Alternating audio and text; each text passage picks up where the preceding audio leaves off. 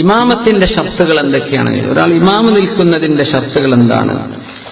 അപ്പോ ആർക്ക് ഇമാമ് നിൽക്കാൻ പറ്റും, ആർക്ക് പറ്റില്ല? അതിന് ഉത്തരം വളരെ എളുപ്പമാണ്.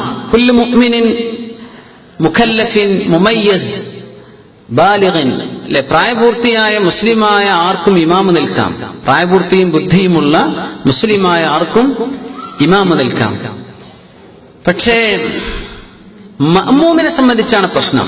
ആർക്കും ഇമാം നിൽക്കാം, പക്ഷെ അയാളുടെ പിന്നാലെ എനിക്ക് തുടരാൻ പറ്റുമോ ഇല്ലേ, അവിടെയാണ് നമ്മൾ പ്രശ്നം ഉണ്ടാവുക. ഇപ്പോൾ ഉലമാ പറയുന്നത് രണ്ട് അഭിപ്രായമാണ്.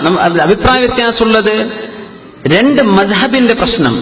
അതായത് ഹനഫി മദ്ഹബിൽ ബിസ്മില്ലാഹിർ റഹ്മാനിർ റഹീം എന്ന് ഓതൽ നിർബന്ധമില്ല ഇമാമുമാർക്ക്, മഅ്മൂമിനുമില്ല. പക്ഷെ ശാഫിഈ മദ്ഹബിൽ ബിസ്മില്ലാഹിർ റഹ്മാനിർ റഹീം എന്ന് ഓതൽ നിർബന്ധമാണ്. അപ്പൊ പ്രശ്നം ഇമാം ഹനഫിയാണ്, മഅ്മൂമ് ശാഫിഈയാണ്. അപ്പൊ നമുക്ക് നിസ്കരിക്കാൻ പറ്റുമോ?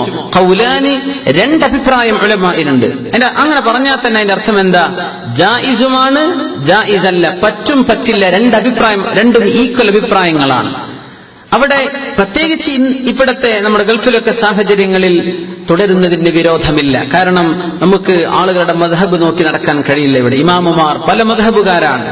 മദ്ഹബിന്റെ വിഷയം ഇമാമുമാർ ഗൗനിക്കേണ്ടവരാണ്. ബാക്കിൽ ശാഫിഈ മദ്ഹബുകാരെ തുടരുന്നുണ്ടെങ്കിൽ ഇമാമു മെല്ലെങ്കിലും ബിസ്മില്ലാഹിർ റഹ്മാനിർ റഹീം ഓതണം. അത് പഠിച്ച ഇമാമുമാർ ചെയ്യും, അത് അവര് ചെയ്യേണ്ടതാണ്. അതിന്റെ എന്തെങ്കിലും കുറ്റമുണ്ടെങ്കിൽ ഫയതഹമ്മലുൽ ഇമാം, അത് ഇമാം ഏറ്റെടുക്കുന്നതാണ്. മഅ്മൂമിന് പ്രശ്നമില്ല, തുടരുന്നതിന് ബുദ്ധിമുട്ടില്ല, പ്രയാസമില്ല. പിന്നെ മഅ്മൂമിനെ സംബന്ധിച്ചിടത്തോളം ഇമാമിന്റെ നിസ്കാരം ബാത്തിലാണെന്ന് ഉറപ്പായി. മഅ്മൂമിന്റെ നിസ്കാരം ഇമാമിന്റെ നിസ്കാരം ബാത്തിലാണ്. നിസ്കാരം ബാത്തിലാകുന്ന എന്തോ ഒരു പണി ഇയാൾ ചെയ്തിട്ടുണ്ട് എന്ന് നമുക്ക് ബോധ്യമാണ്. അങ്ങനത്തെ ആൾ ഇമാമിനെ തുടരാൻ പറ്റില്ല, അത് അയാൾക്ക് പറ്റില്ല. ആ ഇമാമ് ഫാസിഖാൻ, തെമ്മാടിയാണ്, കള്ളുകുടിയനാണ്, തോന്നിവാസം ചെയ്യുന്ന ആളാണ് എന്ന് ഉറപ്പാണ്, നമുക്ക് ഫിസ്ക് ഉണ്ട്, ആ ഇമാമിനെ തുടരാതിരിക്കലാണ് ഉത്തമം. വേറെ ഒരു ഇമാമിനെ കിട്ടാൻ ഇടമുണ്ടെങ്കിൽ ഇയാൾ അങ്ങനെയാ ചെയ്യേണ്ടത്. നമ്മുടെ പ്രശ്നം അതല്ല. പള്ളിയിലേക്ക് കയറി ചെല്ലുന്നു, അപ്പൊ നല്ല ചെറുപ്പക്കാർ, ചിലപ്പോൾ നല്ല ടീഷർട്ടും പാന്റൊക്കെ ഇട്ടിരിക്കുന്ന ആളുകൾ, നല്ല ഒന്നാം നമ്പർ ഹാഫിലിങ്ങൾ ഉണ്ടാവും. നമ്മൾ വിചാരിക്കുന്നുണ്ട് കന്തൂർ തൊപ്പിട്ട് തന്നെ മൂല്യന്മാര്, അങ്ങനെ നല്ല പണ്ഡിതന്മാരുണ്ട്. അവര് ചിലപ്പോൾ ഷോപ്പിൽ, മൊബൈൽ ഷോപ്പിലൊക്കെ ആയിരിക്കും ജോലി ചെയ്യുക. അവർക്ക് ഹദീസും ഖുർആനും വയലാവിയും തഫ്സീറും ബുഖാരി മുസ്ലിം ഒക്കെ ഓതിയിട്ടുള്ള വലിയ പണ്ഡിതന്മാരുണ്ടാവും. ചേലും കോലത്തിലൊന്നും അങ്ങനെ ആയിക്കൊള്ളുന്നില്ല. കാണുന്നില്ല, ഇമാമക്കും എന്തൊരു മനോഹരമായി ഓതുന്ന അറബികൾ കാണും. അപ്പോ അവരിപ്പോ ഏതാണ്, ഇവന്റെ കോലം എന്താ, ഇവന്റെ ജാതി എന്താ, ഇതൊന്നും നമ്മൾ ചിന്തിച്ച് ബേജാറാവരുത്. എല്ലാ ദുന്നൂബിൽ മുഅ്മിനീന ഖൈറ, ഇവൻ എന്നെക്കാളും ഖൈറാണെന്ന് നമ്മൾ വിചാരിക്കേണ്ടത്. നമ്മളെക്കാളും അവന്റെ നിസ്കാരത്തിന് കുഴപ്പമുണ്ട്, അവന്റെ നിസ്കാരം ബാത്തിലാണെന്ന് നമുക്ക് ഉറപ്പുണ്ട്, എന്നാൽ അവനെ തുടരാൻ പറ്റില്ല. ഇല്ലേ, നമുക്ക് തുടരലാണ് ഉത്തമം. അങ്ങനെയാണ് ചെയ്യേണ്ടത്. ഇനി അതിന്റെ ഇടക്കൊരു കാര്യം കൂടെ പറയാം. നിസ്കരിച്ചുകൊണ്ടിരിക്കുകയാണ്, ഇതിന്റെ ഇടയ്ക്ക് ഇമാമിന്റെ നിസ്കാരം ബാത്തിലായി എന്ന് നമുക്ക് ബോധ്യപ്പെട്ടു. ഇമാമിന്റെ നിസ്കാരം ബാത്തിലായി എന്ന് നമുക്ക് ബോധ്യപ്പെട്ടു. അങ്ങനെ ബോധ്യപ്പെട്ടാൽ നിസ്കരിക്കുന്ന നമ്മൾ ഇമാമുമായി പിരിയണം. ആ പിരിയണം എന്ന് പറഞ്ഞത്, ഫോർ എക്സാമ്പിൾ, ഇപ്പൊ ഷാഫിഈ മദ്ഹബിൽ ഒരു ഉദാഹരണം പറയുകയാണെങ്കിൽ, ഒന്നാമത്തെ അത്തഹിയാത്ത് ഓതാതെ ഇമാം എഴുന്നേൽക്കാൻ, ഒന്നാമത്തെ അത്തഹിയാത്ത് ഓതാതെ 4 റക്അത്ത് ഇശാ നിസ്കാരത്തിന് ഒന്നാമത്തെ അത്തഹിയാത്ത് അബ്ആദ സുന്നത്തുകളിൽപ്പെട്ട അത്തഹിയാത്ത് ഓതാതെ ഇമാം എഴുന്നേൽക്കാൻ സുന്നത്താണ്.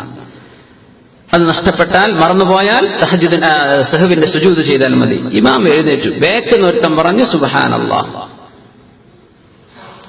അങ്ങനെ പറഞ്ഞാൽ ഇമാം ഇനി താഴേക്ക് പോകരുത്, ഇമാം 3ാമത്തെ റക്അത്തിൽ തുടരുന്നേ വേണ്ടത്. പക്ഷെ ഇമാമിന് മനസ്സിലായില്ല, പഠിച്ചോനെ ഞാൻ അത്തഹിയാത്ത് ഓതിയില്ലല്ലോ, ഒരു മസാലൊന്നും പഠിച്ചിട്ടില്ല, നേരെ അങ്ങോട്ട് പോയി റുക്കൂഇൽ നിന്ന് നേരെ സുജൂദിലേക്ക്, അത്തഹിയാത്തിലേക്ക് മടങ്ങി, ഖിയാമിൽ നിന്ന് അത്തഹിയാത്തിലേക്ക് തിരിച്ചുപോയി. നിസ്കാരം ബാത്തിലായോ? നിസ്കാരം ബാത്തിലാണ്. അത് ബാത്തിലായാൽ തന്നെ, ഞാൻ പറയൊരു ഹിക്മത്താ പറഞ്ഞിരുന്നത്, മസലയല്ല പറഞ്ഞത്. ഇമാമുമായി നമ്മൾ പിരിയണം. അപ്പൊ തന്നെ ഞാൻ ഇമാമുമായി പിരിഞ്ഞു എന്ന് നിയത്ത് ചെയ്ത് നമ്മൾ ഒറ്റയ്ക്ക് നിസ്കരിക്കുന്ന പോലെ ആ നിസ്കാരം നമ്മൾ നിർവഹിക്കേണ്ടത്. പക്ഷേ നമ്മൾ വേറിട്ട് നിൽക്കുകയാണ് എന്ന് കൂടെയുള്ള ആളുകളെ തോന്നിപ്പിക്കേണ്ട ആവശ്യമില്ല. നമ്മളോട് മാറി നിൽക്കുന്ന ഇമാമ് സുജൂദ് പോകുമ്പോൾ നമ്മൾ കൽപ്പിച്ചൂട്ടി അവിടെ ഇരിക്കുന്ന ഖിയാമത്ത് തന്നെ. ഇമാമ് രണ്ടാം സുജൂദക്ക് എത്തിയിട്ട് നമ്മൾ റുക്കൂയിൽ തന്നെ നിൽക്കുക, ഞാൻ ഇയാളുടെ ഒപ്പല്ല, ഇത് വിളിച്ചറിയിക്കരുത്. അത് ആ നിസ്കാരത്തിന്റെ ഒരു അദബിനെ ബാധിക്കുമെന്നാണ്. അത് നമ്മൾ ആ കൂട്ടത്തിൽ തന്നെ പെട്ടെന്ന് നമ്മൾ ഫാത്തിഹയും സൂറത്തൊക്കെ ചുരുക്കിയിട്ട് ഇമാമിന്റെ ഒപ്പം കൂടുന്ന പോലെ തന്നെ നമ്മൾ നിസ്കരിച്ചിട്ട്, പക്ഷേ നമ്മൾ ഒറ്റക്കാണ്, നമ്മൾ നിയ്യത്ത് കൊണ്ട് മുഫാറഖ ചെയ്തിട്ടുണ്ട്, ഇമാമുമായി പിരിഞ്ഞിട്ടുണ്ട്. നമ്മൾ ഇവിടെയൊക്കെ ശ്രദ്ധിക്കണം, അങ്ങനെയൊക്കെ വരും. പെരുന്നാൾ നിസ്കാരത്തിലൊക്കെ അത് വരും. പെരുന്നാൾ നിസ്കാരത്തിന്റെ ആദ്യത്തെ തക്ബീറത്തിൽ 7 തക്ബീറുകൾ ചൊല്ലാൻ ഇമാം മറന്നു എന്ന് വിചാരിക്കുക. രണ്ടാമത്തെ റക്അത്തിൽ അധികം മറക്കുക. ഒന്നാമത്തെ റക്അത്തിൽ അങ്ങനെ, രണ്ടാമത്തെ റക്അത്തിൽ ഇമാമന്മാർ 5 തക്ബീർ ചൊല്ലാൻ മറക്കും. ചിലർ ബാക്കിൽ നിന്ന് സുബ്ഹാനല്ലാഹ് എന്ന് പറയും, ഒന്ന് പറയേണ്ട ആവശ്യമില്ല, സുന്നത്താണ്. ഇമാം അങ്ങാനും ഫാത്തിഹ തുടങ്ങി പിന്നെ സുബ്ഹാനല്ലാഹ് കേട്ടു അല്ലാഹു അക്ബറിലേക്ക് തിരിച്ചു വന്നാൽ നിസ്കാരം ബാത്തിലായി. കാരണം ഒരു ഫർളിൽ നിന്ന് സുന്നത്തിലേക്ക് തിരിച്ചു വന്നാൽ നിസ്കാരം ബാത്തിലാവും. ഇങ്ങനത്തെ വിഷയങ്ങളിൽ നമ്മൾ ഇമാമുമായി ഞാൻ പിരിഞ്ഞു എന്ന് മനസ്സിൽ നിയ്യത്ത് ചെയ്താൽ മതി. ഇപ്പൊ മൊത്തത്തിൽ നമ്മൾ പറയുകയാണെങ്കിൽ നിസ്കാരത്തിന് കുഴപ്പമൊന്നുമില്ല. നിര്യാണിക്ക് താഴെ ഡ്രസ്സ് താഴ്ത്തിയിട്ട ആളാണ്. റസൂലുള്ളാഹി സ്വല്ലല്ലാഹു അലൈഹി വസല്ലം തങ്ങൾ പറഞ്ഞു, ലാ യഖ്ബലുല്ലാഹു സ്വലാത്ത് അന്തരം മൻ അസ്ബല ഇസാറ, ഈ ഇസാർ താഴ്ത്തിയിടുന്ന ആളുകളുടെ നിസ്കാരം അല്ലാഹു ഖബൂൽ ചെയ്യൂല. അപ്പോ നിസ്കാരത്തിന്റെ സിഹത്തിനെ ബാധിക്കൂല. പക്ഷേ ഉള്ളിലേക്ക് ആലോചിച്ചാൽ അല്ലാഹു തആല അത് സ്വീകരിക്കാൻ പ്രയാസമാണ്.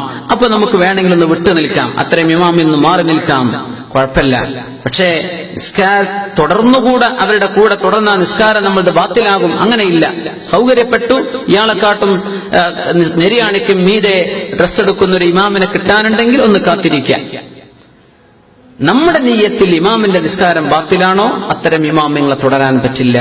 പക്ഷെ മൊത്തത്തിൽ ഒരാളെ, അറിയാത്ത ഒരാളെ കണ്ടാൽ ഇയാൾ എന്നെക്കാളൊക്കെ ഖൈറാണെന്ന് വിചാരിച്ച് അയാളുടെ കൂടെ കൂടിക്കോളൂ, കുഴപ്പമില്ല. തലയിലൊന്നും തൊപ്പിയൊന്നും ഇട്ടിട്ടില്ല എന്ന് വിചാരിക്കാം, കുഴപ്പമില്ല, നിസ്കാരം സഹീഹാണ്. പക്ഷെ ജമാഅത്ത് കിട്ടുമല്ലോ, വേറെ ജമാഅത്തൊന്നും കിട്ടാൻ ഇടമില്ല, എന്നാ പിന്നെ തുടരുന്നേ. ഷോപ്പിംഗ് സെന്ററിൽ ഉണ്ടാകുന്ന നിസ്കാര റൂമിൽ വലിയ അശുദ്ധിയുള്ളപ്പോൾ പ്രവേശിക്കാൻ പറ്റുമോ? അത് മുസല്ലയാണെങ്കിൽ, നിസ്കാര റൂമാണെങ്കിൽ കുഴപ്പമില്ല, വലിയ ശുദ്ധിയുണ്ട്, കുഴപ്പമില്ല. പക്ഷെ പള്ളിയിൽ പറ്റൂല.